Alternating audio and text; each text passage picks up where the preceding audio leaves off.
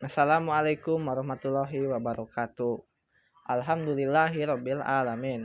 Wassalatu wassalamu ala Rasulillah wa ala alihi washabihi azmain. Amma ba'du. Puji sinareng syukur hayu urang sanggakeun ka hadirat Gusti anu Maha Gopur tur Maha Luhur.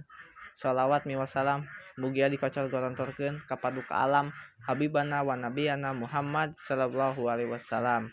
Teu hirap deui ka para sahabatna, ka para keluargina, tabiin, tabiat tur dugi ka urang samudayana. Mudah-mudahan yaumil jaza urang tiasa ngengingkeun syafaat ti mantenna. Amin ya rabbal alamin.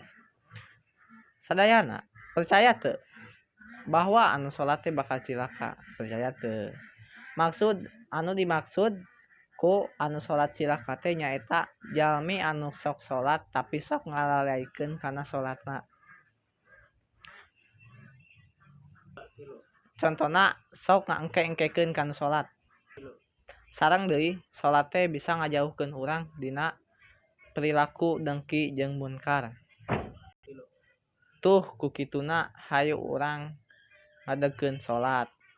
Apan aya salah sahiji hadis anu ngauniangkeun as-sholatu imaduddin, salat teh tiang agama. Jadi saha wae anu ninggalkeun salat sarua jeung ngaruksakeun agamana sorangan. Urang sabagai umat Islam wajib untuk ngadegkeun salat. Sabab dinu hadis eta jelas bahwa salat teh tiang agama. Kan salat teh wajib.